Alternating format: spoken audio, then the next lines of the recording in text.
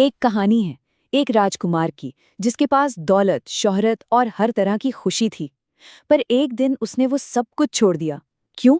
आज हम किसी देवता की नहीं, बल्कि एक इंसान के उस सफर को जानेंगे जिसने सिद्धार्थ से बुद्ध बनकर दुनिया को एक बिल्कुल नई राह दिखाई। यही यही वो एक सवाल है जो इस पूरी कहानी की जड़ है।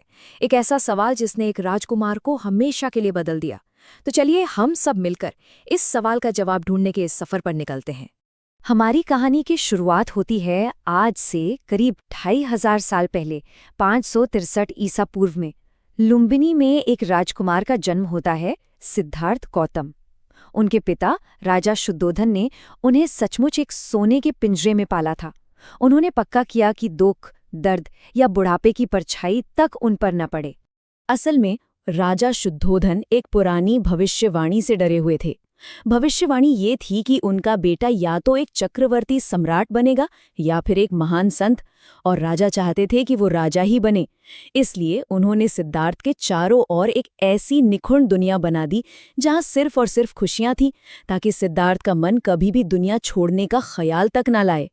लेकिन महल की दीवारें आखिर कब तक दुनिया की सच्चाई को छिपा सकती थीं? एक दिन राजकुमार सिद्धार्थ अपने महल से बाहर निकले, और यहीं उन्होंने उन 4 दृश्यों का सामना किया जो उनकी जिंदगी को हमेशा हमेशा के लिए बदलने वाले थे।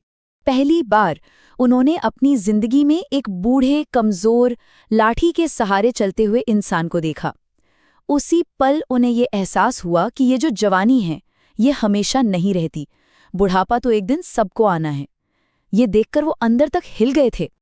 इसके ठीक बाद उन्होंने एक बीमार आदमी को देखा जो दर्द से कराह रहा था। तब उन्हें समझ आया कि ये सेहत कितनी नाजुक चीज है। हमारा ये शरीर कभी भी बीमार पड़ सकता है, कभी भी कमजोर हो सकता है। तीसरा मंजर तो सबसे ज्यादा डरावना था। उन्होंने एक शव यात्रा देखी। अपनी आंखों से पहली बार मौत को इतने करीब से देखकर उन्हें ये कड़वा सच समझ आया कि ये जिंदगी, यहाँ तक कि उनकी खुद की जिंदगी भी एक दिन खत्म हो जाएगी। इन 3 परेशान करने वाले दृश्यों ने सिद्धार्थ के मन को निराशा से भर दिया था। लेकिन तभी उन्होंने चौथा दृश्य देखा। एक शांत तपस्वी, जिसके चेहरे पर जरा भी चिंता या डर नहीं था, बस एक अजीब सी शांति थी। उसे देखकर सिद्धार्थ के मन में पहली बार एक उम्मीद जगी। क्या दुख से बाहर निकलने का कोई रास्ता हो सकता है? उन 4 दृश्यों ने सिद्धार्थ की दुनिया को पूरी तरह से बदल कर रख दिया। अब वो पहले जैसे राजकुमार नहीं रह सकते थे। तो 29 साल की उम्र में उन्होंने एक ऐसा फैसला लिया जिसकी कोई कल्पना भी नहीं कर सकता था।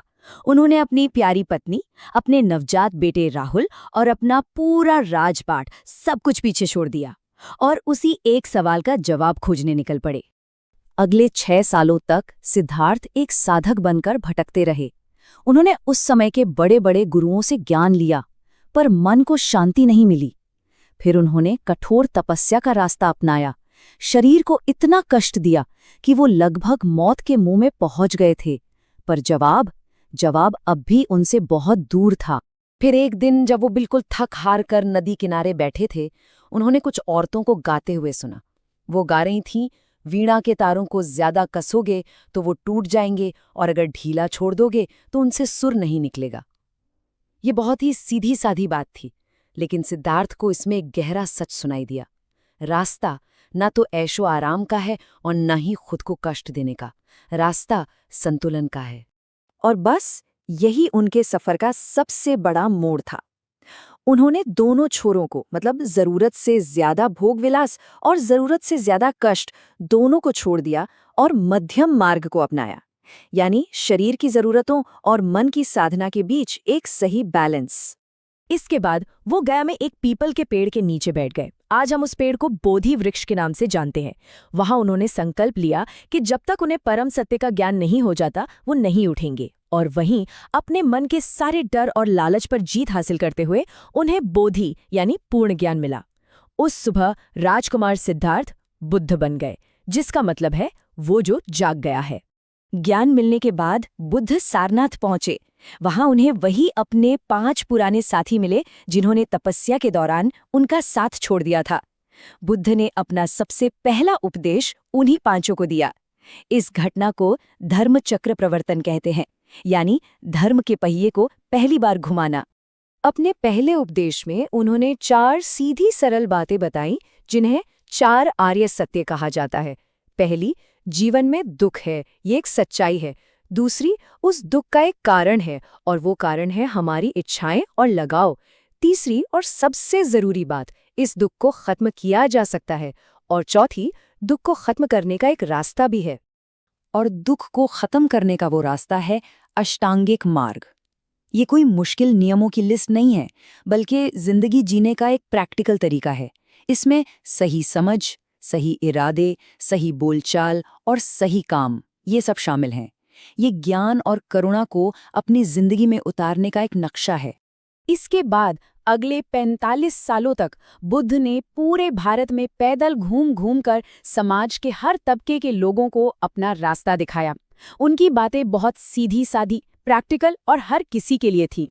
80 साल की उम्र में कुशीनगर में बुद्ध ने महापरिनिर्वाण प्राप्त किया, मतलब जन्म और मृत्यु के इस चक्र से उन्हें हमेशा के लिए मुक्ति मिल गई।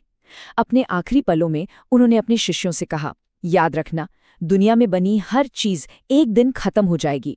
अपनी मुक्ति के लिए खुद ही लगन से प्रयास करते रहो। उनका संदेश साफ था, रास्ता दिखा दिया गया है, पर उस पर चलना हर किसी को खुद ही पड़ेगा। तो बुद्ध की ये यात्रा सिर्फ एक पुरानी कहानी नहीं है, ये एक आईने की तरह है। ये हमें खुद से ये पूछने पर मजबूर करती है कि हम अपने जीवन में अपनी सच्चाइयों के प्रति कितने जागृत हैं, और क्या हम उन सवालों का सामना करने को तैयार हैं जो हमें एक ज्यादा बेहतर, ज्यादा सार्थक जीवन की ओर ले जा सकते हैं।